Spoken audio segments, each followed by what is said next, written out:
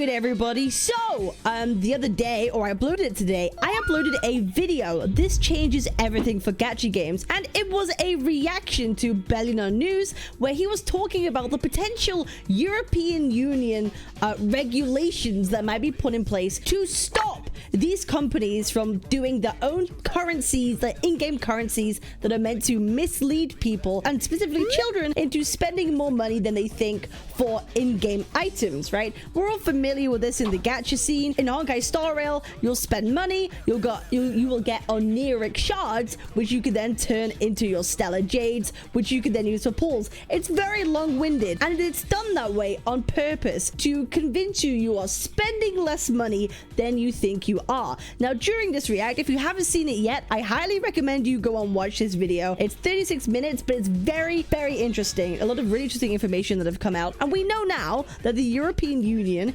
is looking at these companies that have these different premium currencies, and we're going, no, hold up, this is a bit too predatory. This is a little bit too predatory. We kind of want to change this. We want to change this. So there's been a lot of theories going around of what they will actually do to address this. Some people think, well, maybe Hoyo might just geo-restrict, or these gacha companies at large, it's not just HoYoverse, to be fair, might just geo-restrict buying from the EU, which might be a probable thing they could do, but let's be real. The EU is very wealthy, has a lot of money. People have a lot of spending power in the EU. I don't think they will want to block off billions and billions of potential revenue just because of this whole issue. So there might be alternatives that they will do. And now, here is where we get into something pretty interesting. I'm holding my hands up right now. This is leak territory. This is Honkai Star Rail leak territory. But I've already spoken about leaks before when it came to Cancerous' global passive before it was announced. But we are doing it here anyway again, and it's for a good reason. It's got nothing to do with character leaks, but everything to do with their potential monetization. Here we are. Option to buy pulls directly, possibly due to the new European laws via DIM. So this is potential leaks for Honkai Star Rail 3.3. It seems you will be able to buy tickets for pulls directly rather than going through shards/jades. This is an additional option and does not replace anything. So now, rather than having to buy the oniric shards, exchange them for stellar jades, and then exchange them for pulls, you could just outright buy the pulls instead, and it will have a one pull costs this amount dollar, or 10 pulls for this dollar. So you know exactly what you're getting. And you might think, oh my god, one pull for $2.60, $2.59 USD? That's crazy. That's quite expensive. 10 pulls for $21.99? That's expensive. Oh my god, what are these prices? Until you realize that these prices have always been the same. This is how much it actually costs you for one pull. They're just now being upfront about it. So now you can see exactly how much money you are going to be spending. We all know it takes around like 300 bucks-ish to guarantee a character in these games, but now we'll be able to directly infer that. So that is what is going on here. And as usual, there are some people who see these pulls and go, oh my god, it's way more expensive. It feels way more expensive, and that's the point. And that is the reason why these gacha companies make you jump through hoops. Actually make you jump through hoops to get the required pull currency needed for these characters. Actually gets pulled for these characters. So here we are. This is Honkai Star Rails. Honkai Star Rail 3 with the beta pull costs. Thanks, Dim. They also added descriptions of the costs per pack. So here is all of that info. 60 shards, 0.3 pulls, or $2.64 per pull, 0.7 pulls, or $1.32 per pull with first time recharge bonus, 300 shards, 1980 shards, blah, blah, blah, blah, blah, blah, blah. So they're actually being transparent outright with how much everything costs. This is sad. No character worth 300 bucks and all in gacha history. I mean, it's always been that way. Genshin Impact, Honkai Star Rail, that's the average amount you're gonna have to spend-ish to guarantee a character. Obviously, you can be lucky, you can get it far quicker, but to guarantee, that is the maximum you'll end up spending. That is the maximum you'll end up spending. And so, this has been spread around the community. This is obviously in the Honkai Star Rail leaks, but I feel this is important. I feel this is important because I feel this signifies change. And you know, the EU does have power and influence, and it seems like HoYoverse are responding.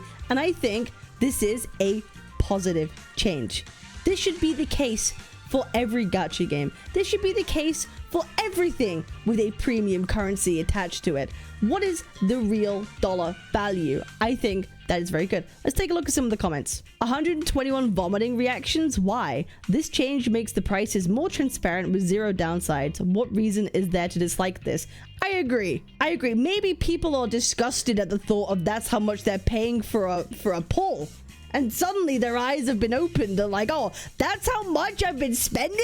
That's how much is coming out of my bank account when I pull for these characters? God damn! Maybe they're finally realizing, you know, the truth to everything. People don't want to face how much they're spending. Exactly. Probably the same concept as people not spending as much when they use cash versus card. Also true. When you don't have to see the money physically leave your hands, you end up spending more. Same thing when you take up like loans or you have overdrafts. We're much more willing to spend other people's money than our own. It's the way it's always been. That's the way the human psyche always works. Waiting for people to say 1 pull equals 259 is a scam, not knowing that they were paying that much all this time. True. This is exactly what I'm saying. Like, people will be realizing what is actually leaving their bank account. The whole idea behind gacha games creating those middlemen currencies is to make it harder to identify just how much you're spending and how much value for your money you're getting. Pulls in gacha games have always been absurdly expensive compared to their in-game value. Very true. It is currently unknown as to whether this global change only applies to the EU. Doesn't matter. This should be for everybody. This should be for everybody, and that should always be the tab that you go to. If you are looking to, you know, buy pulls, just see the actual dollar equivalent amounts. Just see the dollar equivalent amounts every time. Very few things in the game shop are not priced to an insane level. Stellar Jade packs are not among them. It's absolutely wild that buying just 2 pulls costs the same as a supply pass with almost 19 pulls. Well, that's the point. They chuck a bunch of free currency at you and make a few very affordably priced options monthly in Battle Pass under the correct belief that anybody who is willing to pay for anything more than is willing to pay a lot more. It's also how they gate the difficulty. Paying for the monthly, factoring earlies and 50-50 wins, you get pretty much a guaranteed limited 5-star per patch. If it were cheap to get significantly more than that, you'd have a massive gap between free-to-players and low spenders. Or they'd have to make Eidolons worthless, but then nobody would swipe for them.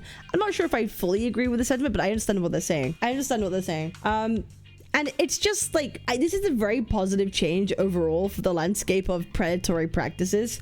And I think it's, you know, a good thing. I think it's a good thing. And I don't see a reason for people to complain about this. I really don't see the reason why anyone should be complaining about this. I love that people finally see how much they spend for a simple pull that most likely is a useless 3-star. Hope we get better value from some packs in the future. And I'm sure they will try to make this only the EU available. Yeah, I mean, that is, it should be global. But I could definitely see Hoyo being like, well, we don't need it to do it anywhere else, so we're just going to keep it for the EU. We're just going to keep it just in the EU so that we can still, you know, psychologically scam people in all the other regions of the world, you know? That's really what it is. $21 a 10 pull, Express Pass, my beloved, never change. Legit the best is the only thing is for money.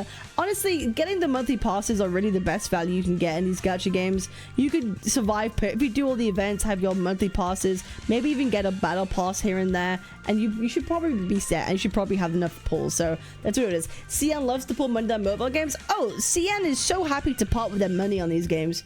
They see no issue with it.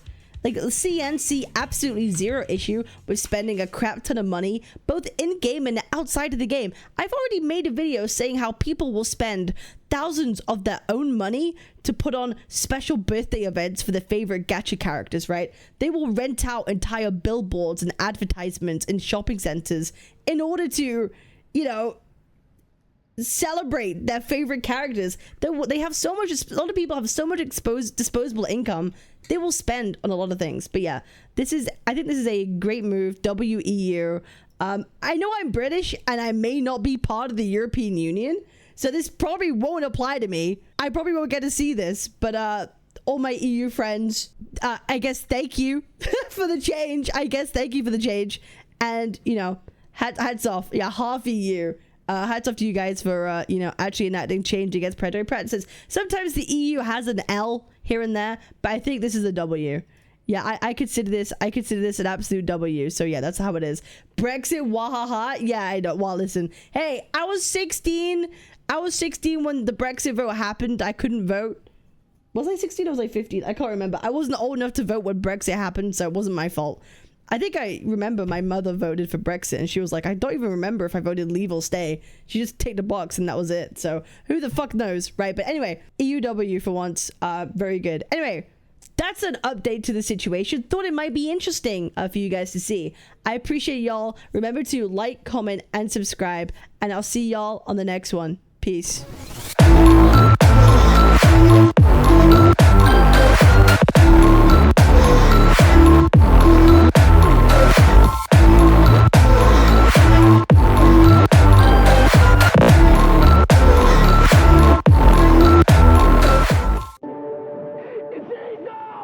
I had a pretty interesting... Are you sure?